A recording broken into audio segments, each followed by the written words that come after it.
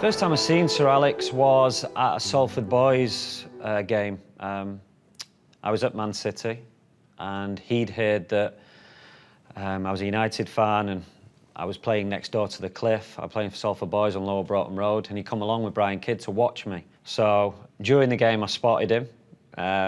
You'd never think now, under 15s, under 14s it was, Man United manager watching Salford Boys. And afterwards, he was speaking to my mum. Later, I would, know that he was asking me to come down to train for United. So that was my first experience of actually seeing him in real life. And then, of course, I went down to train with United, and he was always there. He was always watching the young players play. It was amazing how he knew your name, he knew your mum's name, and not only me, but all the players and all the parents' names. It was unbelievable.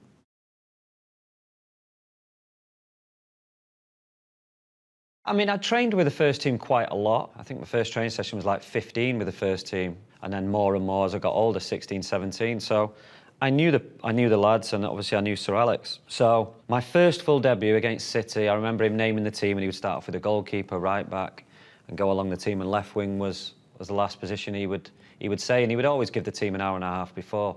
And then I always remember, Ryan, you'll play on the left. Now, I thought I was in the squad, so I thought I would be sub. I never thought that I was starting. So as soon as he said, I was listening, but I wasn't like, did he say my name then? And I wasn't the nervous type, and that is the most nervous I've ever been. I'm getting sweaty palms and sort of thinking, right, okay, started thinking and homing in on what I've got to do in the game. But yeah, that was my thoughts when he named me for my debut for the first time. Like I said, I'd trained with the first team quite a bit, so I was familiar with the lads as well. And I was lucky, Steve Bruce, Brian Robson, Brian McClare, so many experienced players who helped me along the way.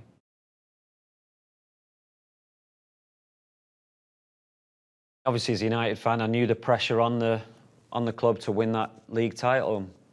Obviously, we had a good team, and more or less the whole season it was in our hands. It was a difficult end to the season. A lot of games in a short space of time. We started picking up injuries, and Leeds had the momentum. And yeah, from my experience now playing for so long, momentum is huge going into the title running.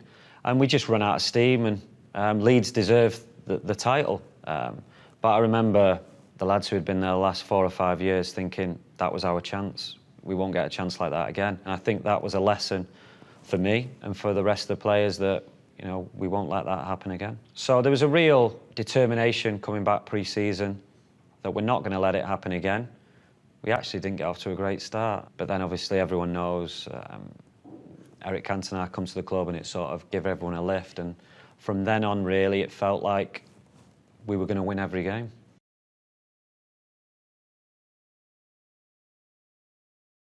I think he just fitted into the team straight away, to the team's strengths. His partnership with Mark Hughes, they just bounced off each other. And of course, with the wingers that we had, myself, Kanchelskis, Lee Sharp, he was the one who released us.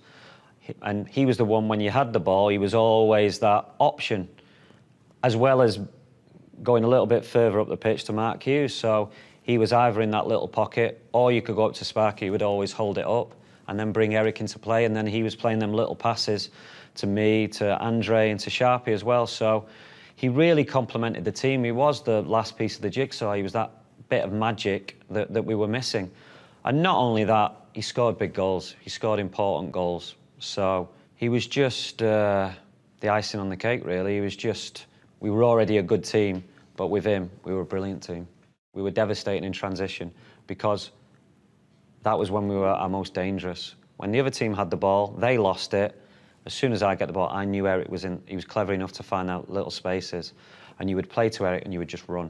And obviously, even if you were back on your own box, the speed that myself, Kanchelskis, Lee Sharp had, we would play it up to Eric and just penetrate, running behind. And teams were afraid to give the ball away, which is, when you have the ball, you want to be confident, but you knew that if you give the ball away, you'd be sprinting back to your own box. And I think that's not only when we had the ball, we were dangerous, but especially when we didn't have the ball, we were a brilliant counter-attacking team.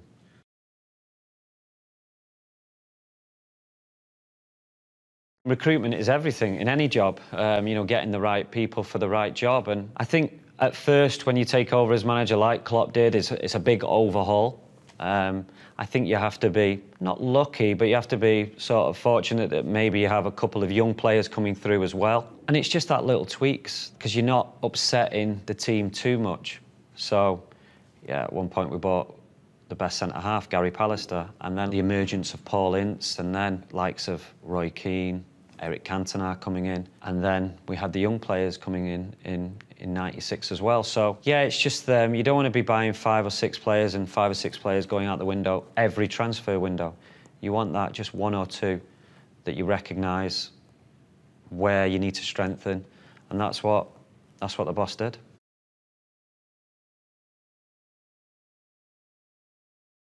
Roy and Ince never argued on the pitch. They complimented each other, even though they were both really fiery characters. They were both box-to-box midfielders. They were both, you know, you see now a holding midfielder, attacking midfielder. They could do both. Roy and Ince as well, later in their career, drop back and become that pivot. But early on, they wanted to get beyond the centre forwards.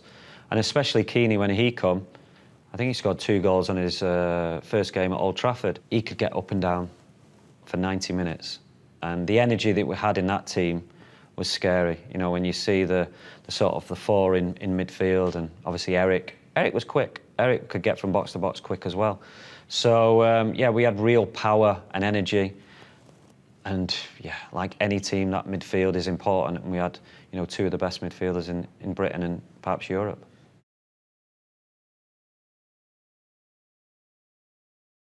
We would stick together, you know, we would sit next to each other on the coach. And I think it was more that, right, if Ryan can do it, then we can do it.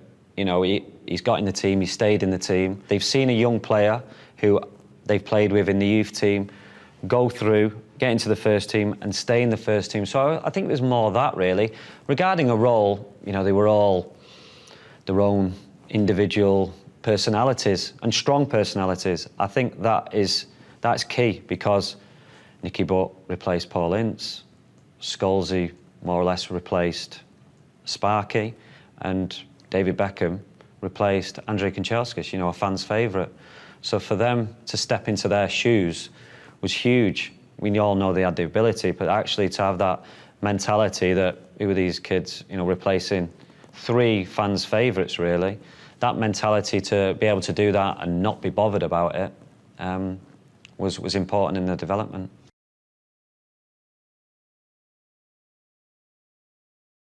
You were wary of them because they had that experience, that base of English back 4, David Seaman, as well as the Vieiras, the Petits, the Anelkas, the Bergkamps, that little bit of continental flair. And I always say it, they were a mirror image of ourselves.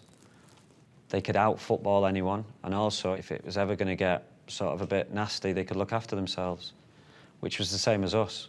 You know, we had men in our team, right through the spine, you know, Bruce, Ince, Cantona, Hughes, Schmeichel. They had the same, you know, Adams, Seaman. You know, they were proper men, and when you stood in the tunnel next to them at that tight tunnel in Highbury, you knew you had to earn the right to play, and then you had to go for 90 minutes because they had a bit of everything. They had pace, they had power, they had the imagination of Bergkamp. So they were very much like ourselves, so it was like, oh, OK, we've got a team on our hands here. It was like later when we faced Juventus and we faced the big Europeans. You should always go into the game, you know, mentally in the right frame of mind. But, yeah, when you go into Highbury, you sort of zoned in a few percent more, because you realised that you were in for a game, and if you didn't turn up, then you were finished. Both as individuals and as a team. You just constantly tested. Your concentration had to be there for 90 minutes. You couldn't make mistakes. You had to be on it physically. You had to be able to run more than them. They were great battles, whether it didn't really matter if we were at Old Trafford or if we were Highbury. We were equally comfortable going to Highbury, just like Arsenal were equally comfortable coming here. They were huge battles, together with the sideshow of the managers who looked like didn't get on. It was, as soon as it was Arsenal United at the weekend, that coverage would start on the Monday. As soon as the games had finished that week, then it seemed like the momentum was building and building and building towards that game. I think the manager sort of approached it sometimes aggressively to get the best out of us as well. And if he could sort of get anything up on the opposition's manager and the team, then he would do. You know, whether it be like killing them with kindness or being aggressive towards the manager. He said this, he said that about you. What are you going to do about that? So he was constantly finding ways to get that edge because he respected Arsenal, he respected Wenger, and he knew that it was the fine details that could perhaps get us that result.